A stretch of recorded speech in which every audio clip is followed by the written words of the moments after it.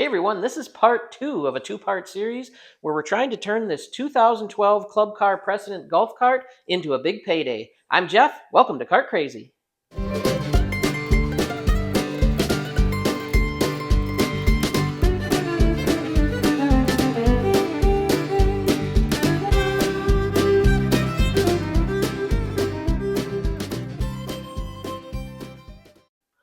Okay, just in case you missed part 1, we took this rather plain 2012 Club Car Precedent.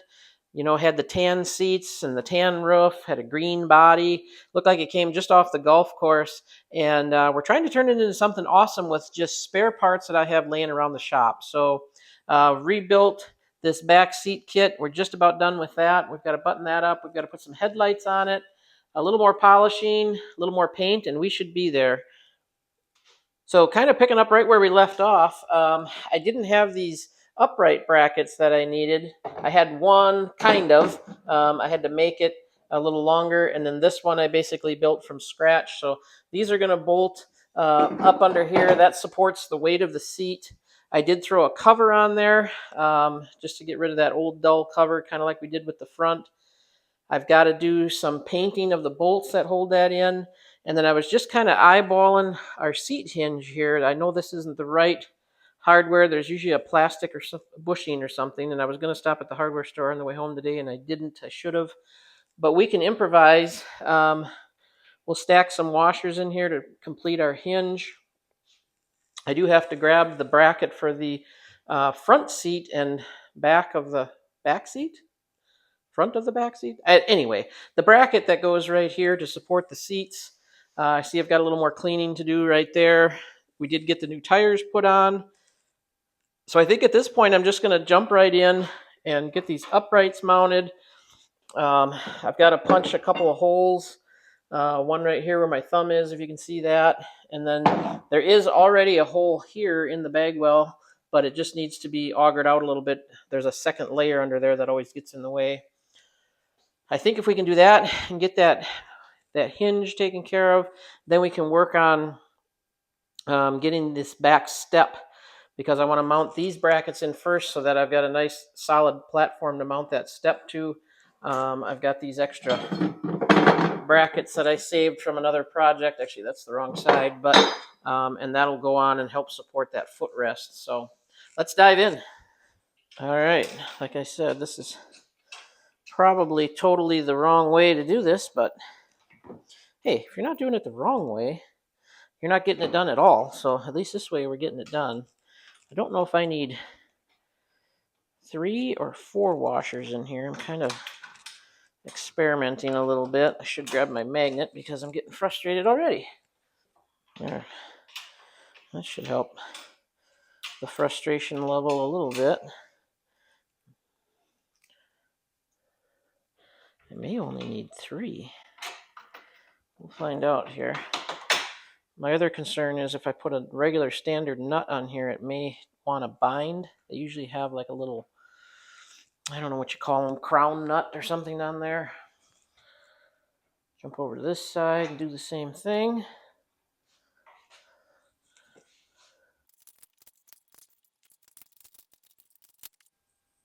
Boom.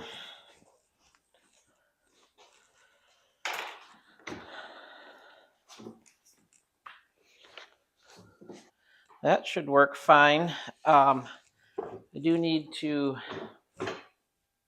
clean up these rusty bolts. I thought I had some on hand. I was just going to replace them, but it's the wrong thread pitch. So I'm just going to hit these with my sander, die grinder real quick, and then I'll probably screw them into the seat like this, and then that way I can just hit them with the spray can. They're all standing up. Actually, I might just leave them right in there while I sand them too.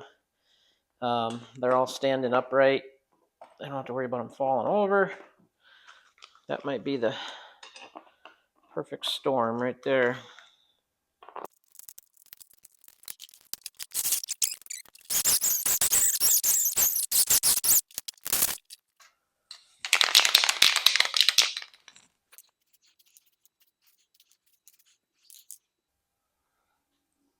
There.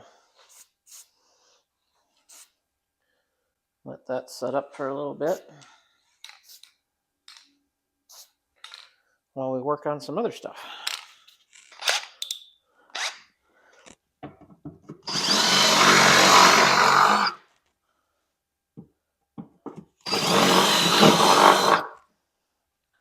I actually think I'm going to use my step bit in there. That works a lot better. Give us a little more clearance.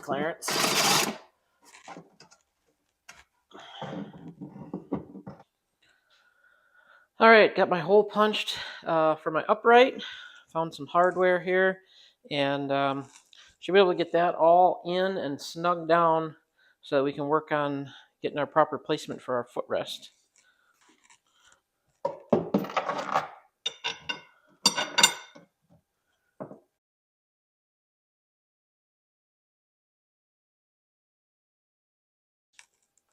All right, got those uprights mounted in.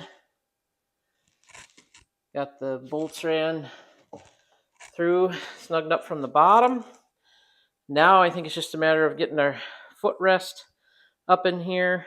And now that I'm standing here with the camera thinking about it, I probably should have marked those and then drilled these holes when I had the brackets out. That probably would have been a lot easier. But then again, maybe not. At least they're in there, they're solid, and they're not going to flop around on me, so that might be okay. So I'll try to get that mocked up, and then I got to punch the holes. There's already holes in here, but I've got to punch holes in here for that. So once we kind of get everything figured out, I might have to hold it with a clamp or something, mark some holes, but it shouldn't be too bad.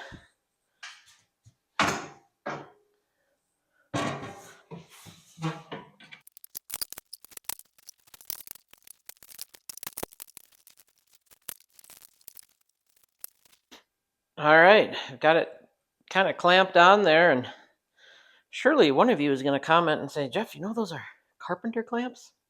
Yep, I do. But guess what? They work really good for what I'm trying to do here, and it's not going to scratch my paint because they got the little rubber feet on them, which is perfect. I do see a couple little boo-boos. One, I got to do a little more touch-up paint here. Two, I think this bracket is tweaked a little bit. Doesn't quite line up with our upright. And I believe, like I said earlier, I think this is for a TXT. Not a big deal. I'll get it off of there, take all my clamps off, and just give that a little adjustment with the, the 5-pound maul, and it should be fine. Then what I can do is come back, mark everything with a marker, start punching holes. I've actually only got to drill 4 holes, one there, and then right behind this clamp, there's a hole that goes through, kind of holds this L bracket in. And that's pretty much it. So let me do a little marking and figuring and drilling, and we should have this thing on here.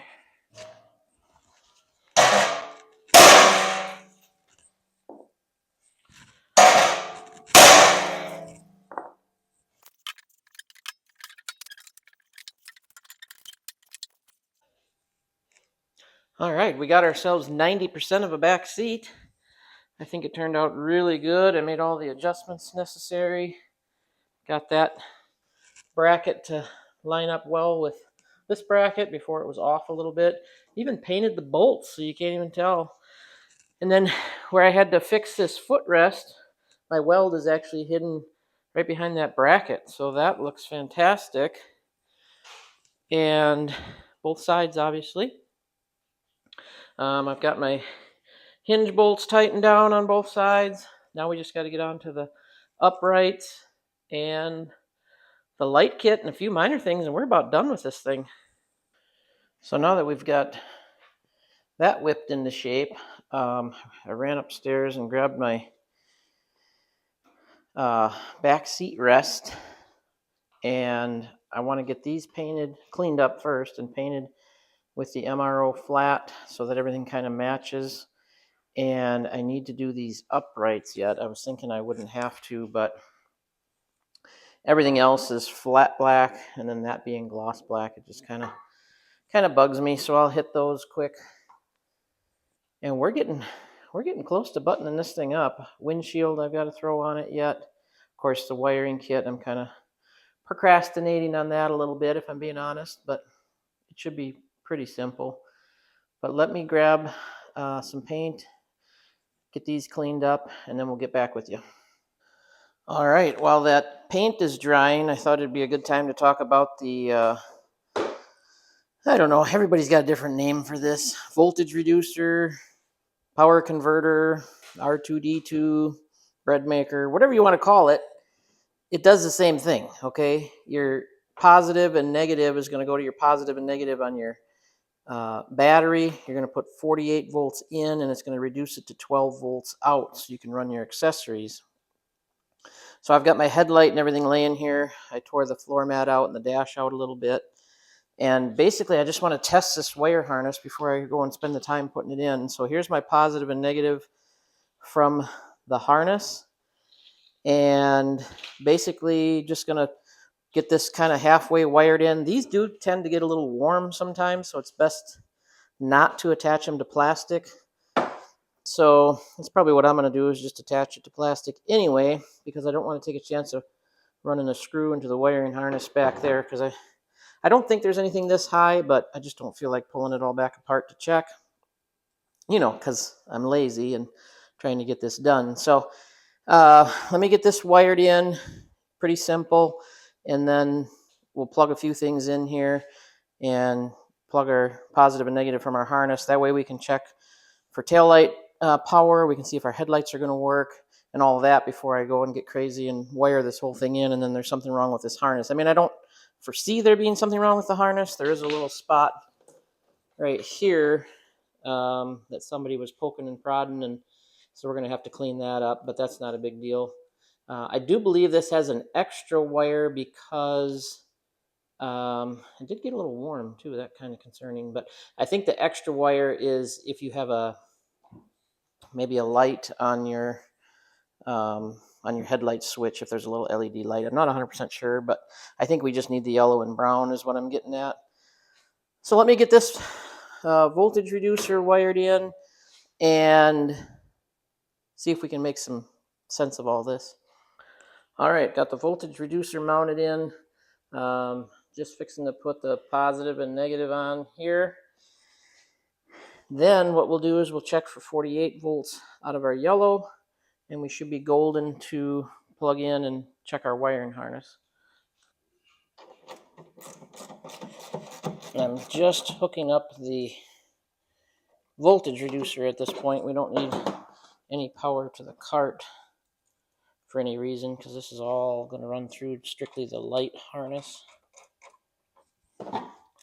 So I've got a couple of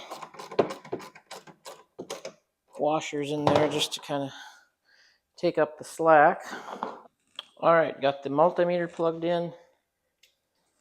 We'll power up our battery. And on the yellow, move the camera a little bit here. On our yellow, we should have 12 volts, which we do.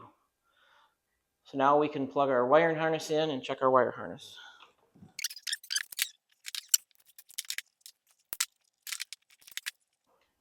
All right, so I've got my positive and negative hooked up for the wiring harness.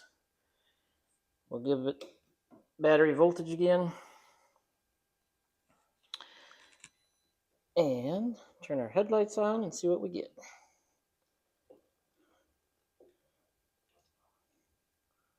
Uh-oh.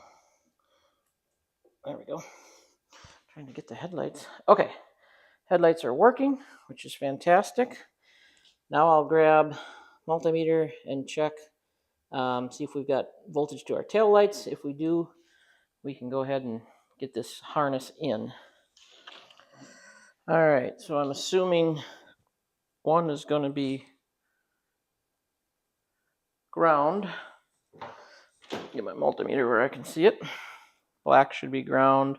One is going to be tail lights, and one is going to be brake lights, which we're not hooking up on this cart.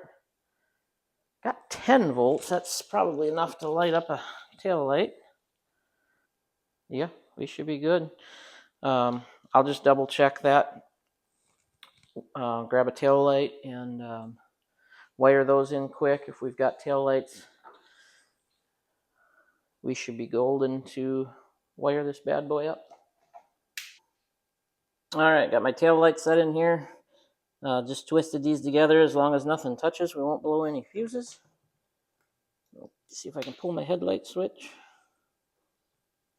There we go. This switch is... Oh, that wire is bad. Remember?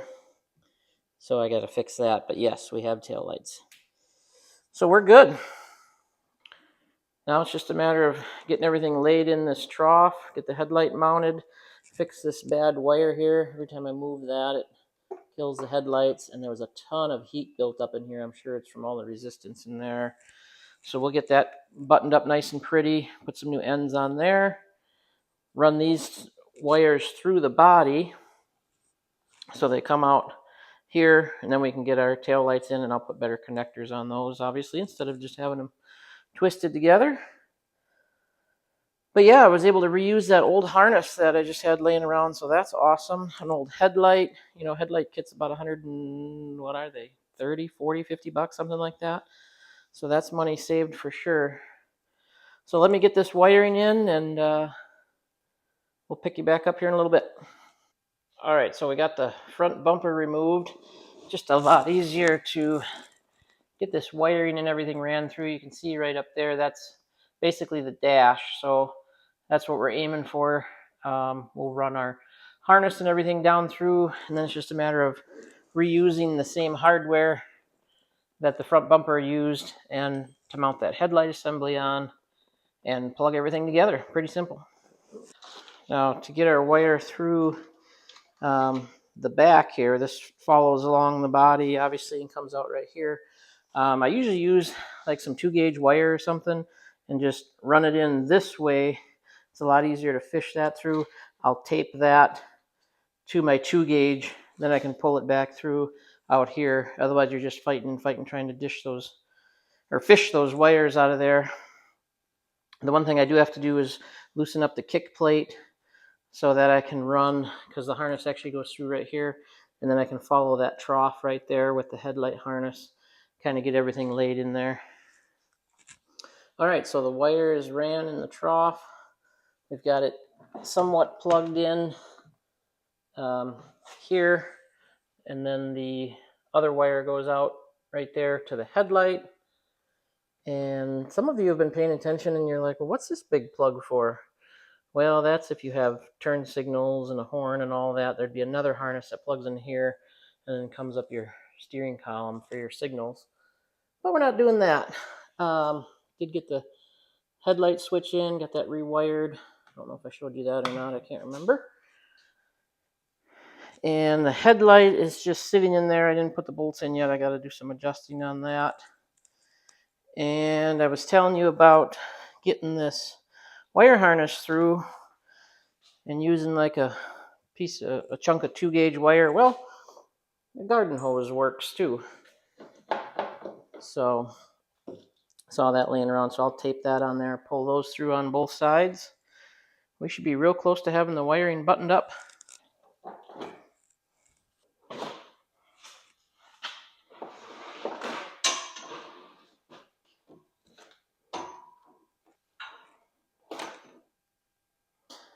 Highly recommend a pair of automatic wire strippers. Big time saver.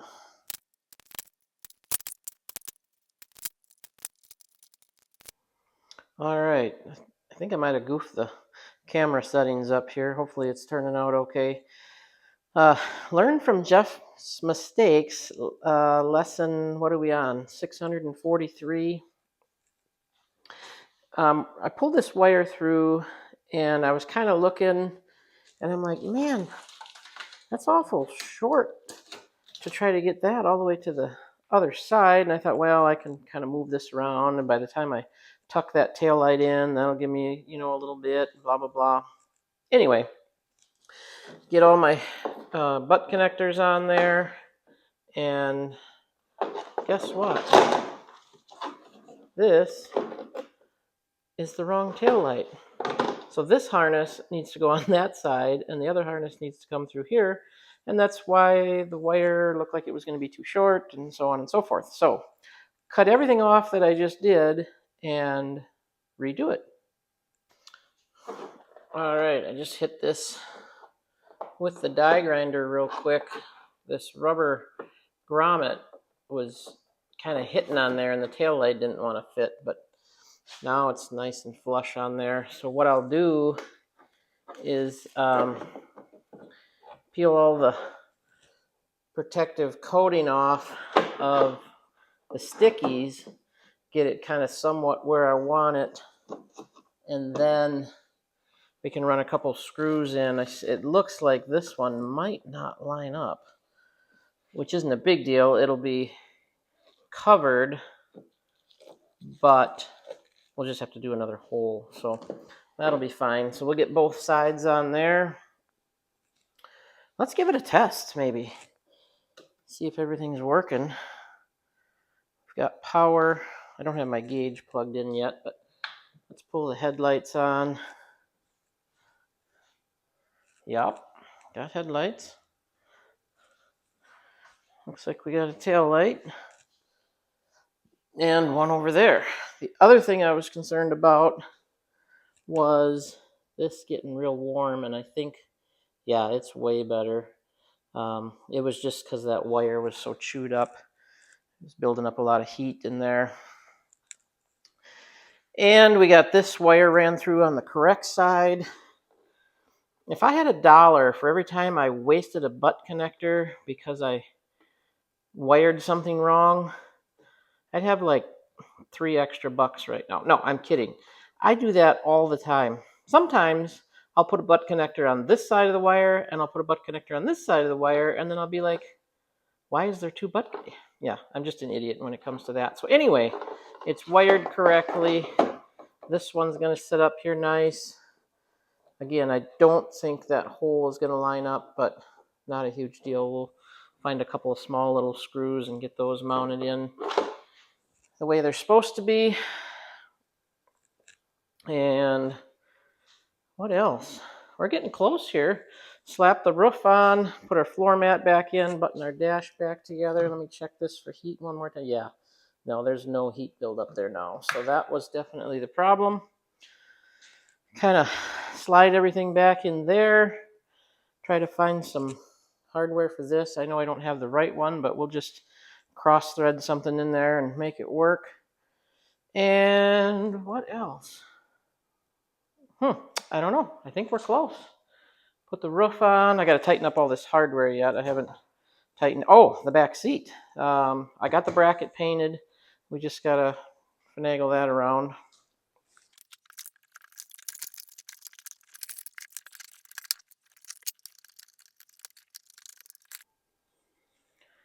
Well, I just had to kind of stop for a second and take it in. Getting closer and closer. Super dusty right now. There's a bunch of smudges on it. Of course, black shows everything.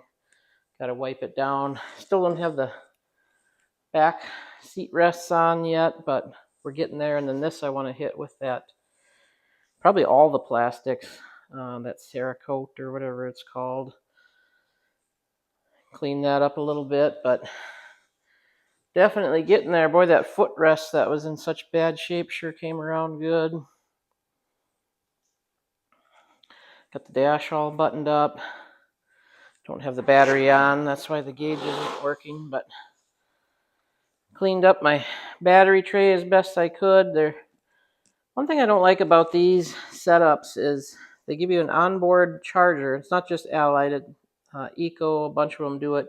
And they give you like 18 miles of cord. It's like if it's an onboard charger, you don't need, and I realize that we're plugged in right there. It's not technically designed to be an onboard charger, but it'd be nice if it had an option to not have so much cord because I'm fussy that way. But clean that up a little bit more. And I did put the roof on. It's super dirty. I got to wash that. Got the floor mat in. I might have said that already. It's coming around. It's not going to be long, and it's going to be ready for sale. Well, what do y'all think? It's pretty much done. I got to do a little detailing yet and clean up that black a little more and let that uh, stick out or pop a little more. But really happy with it. I mean, don't have a lot invested, thankfully, because of reusing a lot of parts, and took it from kind of that ugly green, everyday looking cart. I'm really happy with the way the back seat came out with all the welding and everything we had to do on that. It actually really turned out nice, and the rest of it is in good shape. We got the flip down, just like every other one. But I mean, goodness, I couldn't be happier for using just scrap parts I had laying around. New tires look good on there. The body really came around on this guy. It was so dull, and like I said, I literally almost threw it out, and I'm like, well, I'm gonna try to get it spiffed up. So we're gonna put it for sale and get on to the next project.